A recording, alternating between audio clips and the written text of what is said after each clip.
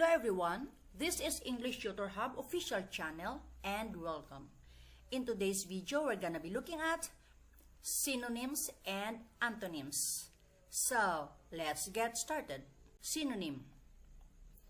A synonym is a word that means exactly the same as or very nearly the same as another word in the same language.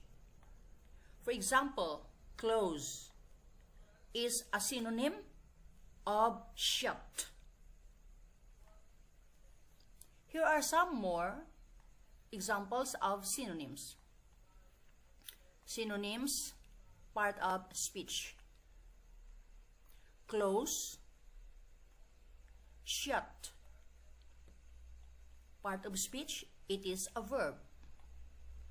Blow up, explode. It's also a verb.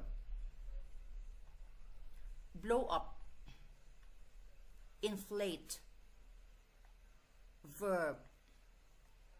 Shallow, superficial, adjective.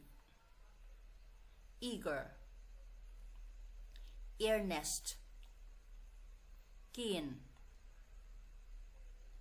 adjective. Spontaneous, impronto, unplanned, adjective.